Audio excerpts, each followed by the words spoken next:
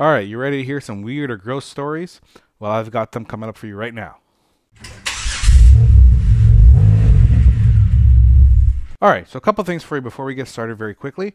Number one, some of these stories I'll be telling you predate the days of where you had like really nice cameras to take pictures and stuff. Like some of them are before cell phones actively had cameras, or they're like 0.3 megapixels and stuff like that. So I don't have pictures for everything, so bear with me with that. I will try and get you some pictures or something, but I do have pictures for other stories. Those I will post. Second thing to make sure to let you know is, do you have any weird stories, disgusting stuff, anything you've seen in a car? If you did, put it in the comments. I definitely want to hear about it. I love these type of stories. I'll even cringe on some of my own as I retell them, but we'll get into that. But I just want to kind of talk about those couple things first. All right, so number 10 is not terrible. It's going to start the list off. It does get worse, but it is kind of bad. So it is a picture I have. It was for a Volkswagen Jetta that I was working on. And as you could see from the black oil up there, when I did open it up, the oil is really thick and sludgy. Now, the video you can see is just really, really black, but it still looks very viscous, very fluid. But when I opened up, I did have a bunch of sludge that came out first. And then the oil came out after. So there was some buildup at the bottom and stuff. It looked kind of like the car was taking its own little crap there. It was just like a bit of a sludge at first.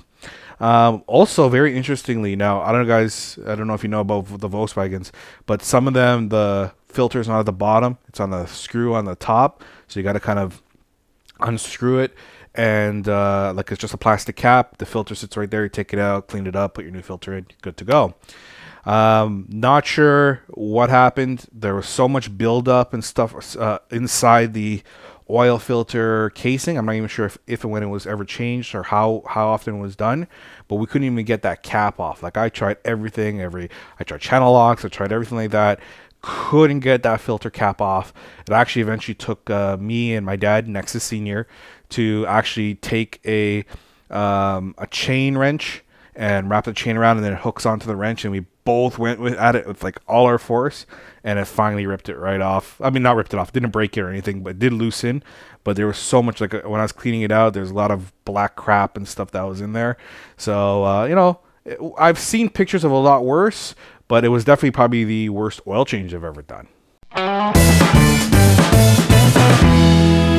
All right, so next up, number 9 is road salt. Now, road salt doesn't bug me itself. And for some of you might not have to worry about it. If you live in the southern states or in some areas like that, you never even have to look at or worry about road salt. It's not even a thing. Of course, if you live in the northern states or you live in Canada like myself or anything like that, road salt is a thing. Now, I'm not talking about like pictures like this, right? Where, you know, you have salt buildup, but it's all kind of like surface salt. That's not so bad. I'm talking more like this picture over here. Now, and it's not even the worst. This is just the worst picture I have from my archive. But I've encountered worse cars. Where the problem comes in, again, is not the salt. Breaking down salt's not so bad. Some chemicals, some steam, hot water, scrub brush, you can get most of it out. So when you start breaking down stuff like this, and salt has an interesting way of preserving and keeping certain things, especially if it's really thick, it's kind of in there. So you get things like food starts coming out, fingernails, tissues, obviously used tissues, all sorts of stuff that as you break down that heavy salt from cars I've detailed, all sorts of fun things starts coming out, and you don't really see or expect it until you break that down. So you know, it's fingernails. We'll get into that in a second too, but yeah, it's pretty bad. When I've had about 4 or 5 cars where the salt was that bad, as you see in this picture, where it was, as I broke it down, all sorts of stuff came out. All right, so next up, number 9 is road salt. Now, road salt doesn't bug me itself. And for some of you might not have to worry about it. If you live in the southern states or in some areas like that, you never even have to look at or worry about road salt. It's not even a thing. Of course, if you live in the northern states or you live in Canada like myself or anything like that, road salt is a thing. Now, I'm not talking about like pictures like this, right? Where, you know, you have salt buildup, but it's all kind of like surface salt. That's not so bad. I'm talking more like this picture over here. Now, And it's not even the worst. This is just the worst picture I have from my archive. But I've encountered worse cars. Where the problem comes in, again, is not the salt. Breaking down salt's not so bad. Some chemicals, some steam, hot water, scrub brush, you can get most of it out. So when you start breaking down stuff like this, and salt has an interesting way of preserving and keeping certain things, especially if it's really thick, it's kind of in there. So you get things like food starts coming out, fingernails, tissues, obviously used tissues, all sorts of stuff that as you break down that heavy salt from cars I've detailed, all sorts of fun things starts coming out, and you don't really see or expect it until you break that down. So you know, it's fingernails. We'll get into that in a second too. But yeah, it's pretty bad when I've had about 4 or 5 cars where the salt was that bad, as you see in this picture, where it was, as I broke it down, all sorts of stuff came out. Number 8 is bugs on the front of your car. This, again, bugs don't bug me, and that happens. I mean, I go for a drive up north, or I'm doing a trek across the states or something like that. Bugs are going to happen. But as you can see from this picture here, and I'll show you the before and afters of when I when it came in versus after I detailed it, and it's not even the worst car. It gets pretty bad depending where you travel and how long it's been on there, and especially if you're going really into really into the forestry areas or heavily wooded areas and stuff, and you're going at a pretty high speed. I've seen some bugs where look like it was a fairly small bug, but a fairly big splatter. That's not even the biggest problem though. The biggest problem is when that happens and you leave it on for a month or a few weeks or 2 months, and then when you have to clean it off, it's etched the paint and it's really in there and it's really hard to get off, and some of the bug guts that are on there are gross, and if you see something that's a mosquito and it's blood, that ain't mosquito blood, so it's like stuff like that. It's pretty bad. You see it's still cleaned out, turned out pretty good on it's all said and done, but yeah, that one has been pretty bad for me. I've got a few cars that were like that. Okay, now this is a funny story for you guys. Back in my early days, I had started doing transmission flushes, and I was, as a young, 17, 18-year-old, I was one of the only people I knew who did transmission flushes or drain and fills in my age group, right? And a lot of people did that sort of thing, and I'd done a few cars. So I had a friend with a Dodge Neon who wanted to flush his transmission. So he had a garage, and he had recently, not very long, had dug out part of the garage to make a separate entrance to the basement. So, or I guess his parents had. So he said, hey, my transmission needs to be flushed on my Neon.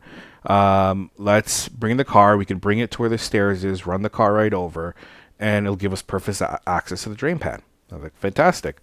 So it was me, my friend, and one of his friends. And we go. Now, a lot of cars today have drain plugs. You can just open up your drain plug and drain it out, some of the newer cars. But for those who don't know, a lot of the cars don't have that, especially the older cars. And what you have to do is there's tons of screws all around your drain pan. And first you loosen all the screws just a bit, and then you start from the end. Normally the drain pan to some degree will have like a corner, or have a smaller part and a bigger part or something. You start from the smaller end, and you slowly loosen out, take out one by one, and the pan will slowly drop and let the fluid out, right? So while working on this, we have me, who's kind of unscrewing everything, getting ready to get to the filter and put new fluid in. You've got one person, my friend, who's holding the pan, another person who's got a drain pan, right? And we start loosening one by one, but I'm not seeing a lot of fluid coming out, and I'm not sure if it's my friend who's putting the pressure on, or if it's the gasket that sealed it. I even tried pulling a bit, and not a lot of fluid. Some fluid came up, but not a lot. So we kept going bit by bit, bringing it down, and finally we get to the point where we're pretty much all the bolts are out. So we get all the bolts out. Not a lot of fluid has come out, and so I say, all right. My friend moves the drain pan. This is an amateur mistake. Should have never done this. The other friend moves the drain pan, and we're like, all right, we're all going to slowly pull and kind of release the drain pan and get the fluid to start coming out. Well, we slowly start pulling. One friend is holding it. I don't even remember who's holding what at this point. And I'm kind of pulling. And then the whole thing released. And all this transmission fluid. Now, I'm the one who's primarily under there. I'm there right underneath the transmission. Got my friend who's at the side. And his friend who's kind of not underneath the car. Not in the stairwell area, the new stairwell. But he's kind of underneath. And all the fluid directly on me. Now, aside from the toxicity of transmission fluid, if anyone has smelt really old, really bad transmission fluid, you know it reeks of death. Like, it is just one of the worst smelling things that can come out of a car.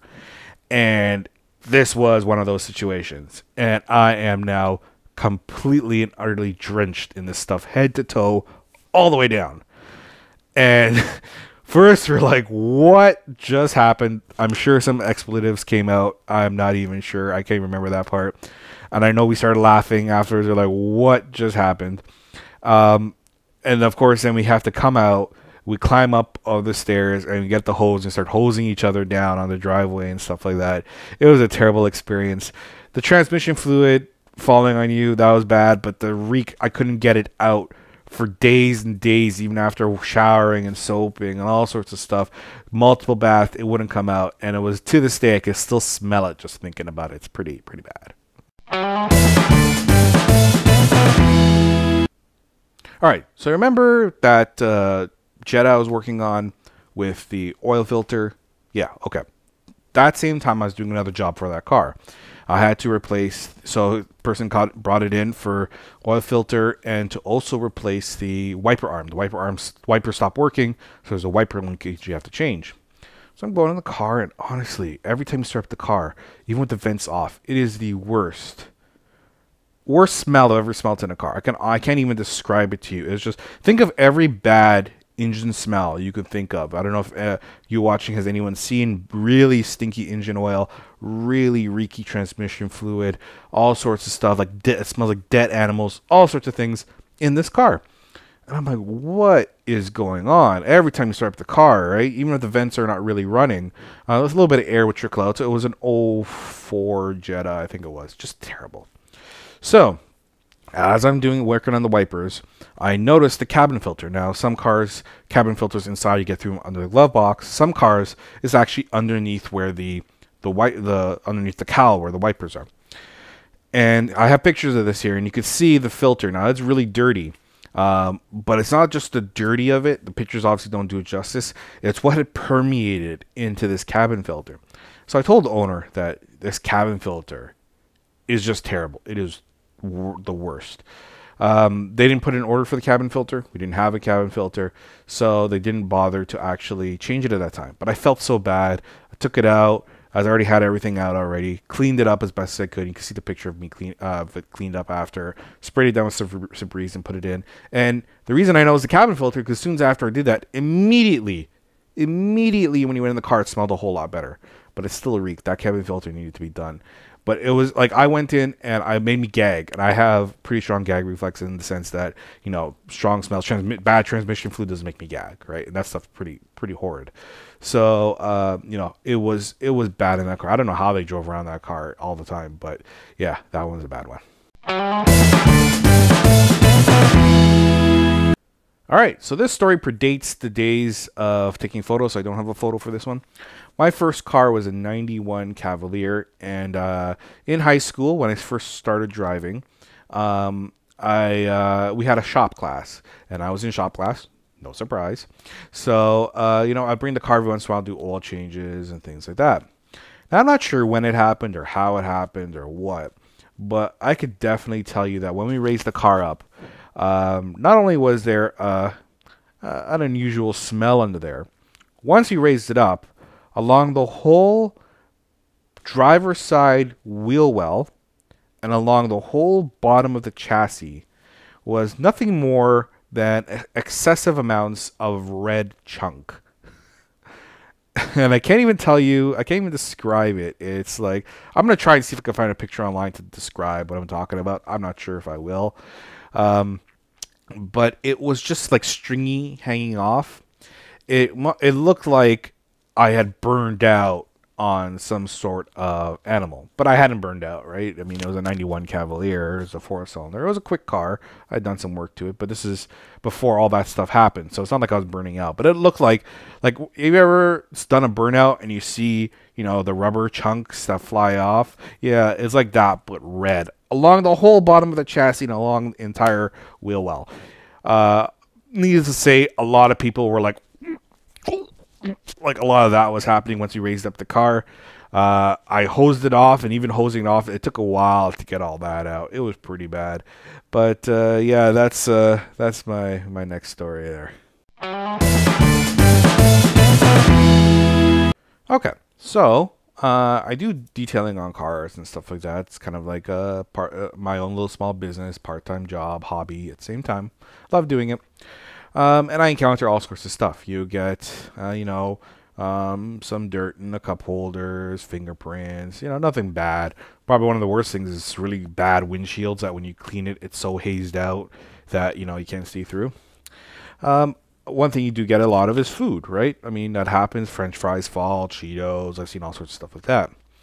One car in particular, and I have the picture, and the picture will show it, but it doesn't do it justice, was a car that came in for a first-time detailing. And since the person bought this car, they had not detailed it ever, to my knowledge. And the first time they brought it to me. And, you know, they have kids and stuff. And the front was, you know, usual road salt, things like that. No big deal. When you get to the back, and I put up the seats to clean underneath the fold-up rear seats, a small SUV that had fold-up seats. As you can see from when I folded up just the passenger side seat here, there's tons and tons and tons of food along it. But it's bad. You couldn't really smell it per se when the seats were down. I guess when you're sitting up or you're in the front. But once it lifted up the seats and it had fully opened up, a huge, you know, wonderfully pungent odor comes up and hits you in the face.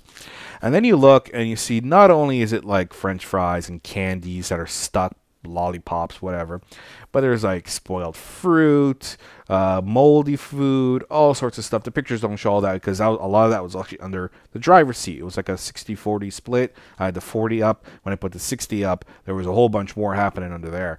And you can see again, I have a picture here of it cleaned up after, but man, it was just, the smell was bad, but just seeing the mold, thank goodness there wasn't like maggots or something on there, because a lot of it had like black mold on it and all sorts of stuff. You know, pretty bad to think that you're driving around, your kids are half a foot away from that. Pretty bad, pretty bad. All right, number 3 on the list is from a detailing I did. I don't have a picture of this one, although it was only a few years ago. And I was cleaning a car for someone who had kids. Kids are always the fun part, isn't it? Oh, gosh. Anyways, I guess throughout the years, in the cup holder, it's a big SUV, and in the cup holder, the kid had placed various things. Ice cream, pop, whatever. So when I went to clean the car was in a decently dirty state. I mean, it is detailing after all, and the car was pretty bad. But in that cup holder was so dirty that the cup holder, the way it's designed, I'm going to see if I can get a picture of it, is designed, comes straight down, and it tapers at the bottom. So it's got like a center part that's higher and then a ridge. So like you put like your Coke cup from McDonald's or something like that, it sits in the ridge. Well, the ridge had filled up with years and years of stuff that you couldn't even see the little bump in the middle that normally sits up for the cup. I'll see if I get a picture to visualize it for you. So I tried every cleaner I have, and nothing would break this, right? I even started pulling out things like brake cleaners and all sorts of stuff, heavy duty stuff, to try and break this down, and it wouldn't. Ultimately, to really clean out this cup holder, over this years of caked in solidified crap, was I had to get a pick and a little hammer and slowly chisel it out bit by bit until I finally got down to the bottom. And then once I got it down, I was able to clean it and stuff. I think it took as long to do that one cup holder as it did almost the whole interior of the car, because I didn't want to damage the interior of the cup holder. So, you know, but you're scraping bit by bit. Oh man, it was bad. Just you think about you're scraping when you're chipping away and something chips out and it comes out. You're chipping away food or ice cream or something that's been there for years. Okay, uh, needless to say, I was not. I was kind of grossed out by that. Okay, so number two, I was working on detailing another car a few years ago. First time detailing in. And so this person had carpeted mats in their cars in a small SUV. Carpeted mats, then the rubber mats, and then but they had the rubber mats down first, and then the carpeted mats on top. And the carpeted mats were covered with plastic, right, for the front. The idea being that the plastic, I think, would protect the carpeted mats and allow it to run off into the rubber mats, which are slightly larger. I think that's the working mentality from it. I didn't see the point, but hey. So the driver's side had, a lot of road salt and stuff, kind of proving that this doesn't really work. Not my problem, not my point. Is when I went to the passenger side. That was interesting. So now I cleaned the driver's side again. Lots of road salt. You take it out, and because of the now here's the thing. Because of the plastic too, there was a lot of buildup of road salt. So when you're taking off the plastic to take out the mats and everything, the road salt kind of pitched up a bit because it doesn't sit on plastic, right? It just kind of cakes on it. And then when you move the plastic, it kind of broke apart. By the way, I should tell you that after I cleaned this car, I told them not to use the plastic, and they haven't since. They bring their car detailing all the time. No plastic. Thank you. Okay, so when I get to the passenger side now, and I do the same thing, and I start taking out the plastic, and I pull it up, a whole bunch of salt pitches up. Until upon further inspection, when you realize that is not salt. That is fingernails. Tons of fingernails. I'm not talking about 5. I'm not talking about 10, 20, 30, or 50. I mean, it came up like a confetti party. All right. So of course I asked the owner about it because I'm like, what is going on? And I guess they didn't realize. They admitted they had no problem admitting, but they didn't realize that they were burning their fingernails and like kind of spitting them. And I guess they're spitting them all into the passenger side. So that was a bunch of bitten off fingernails that pitched up on the car. I wish I had a hazmat suit for that because that's kind of gross.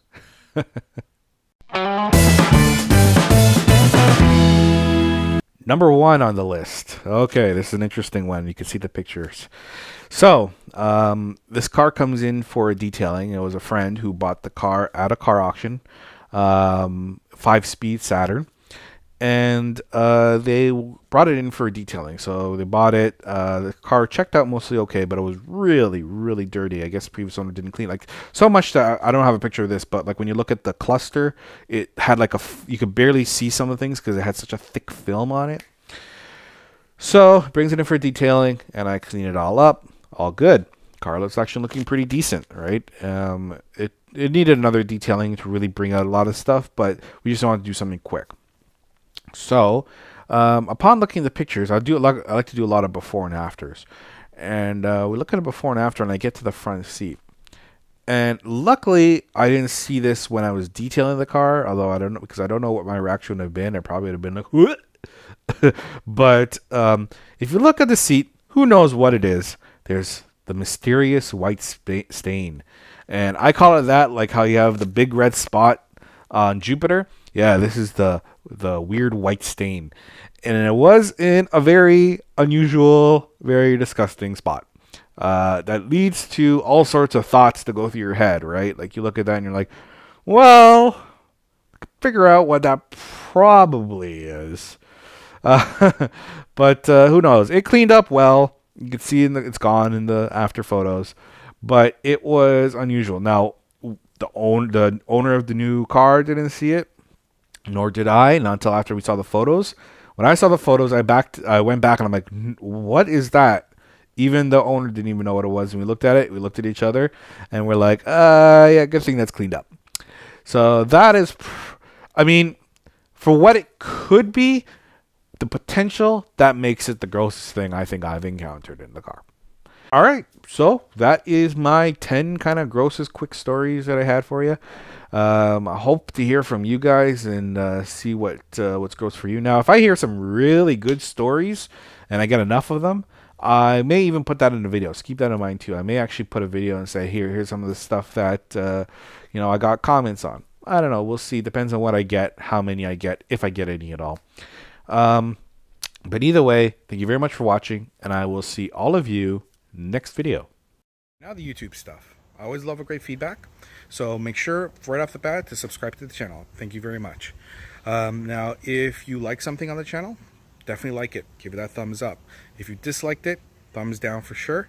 But let me know why. That's what the comment section are for. And whatever it is, if you like something, then I know it's working. And if you dislike something, then I know something didn't. But let me know why, so I can continue to build a channel and make it better for me and for you.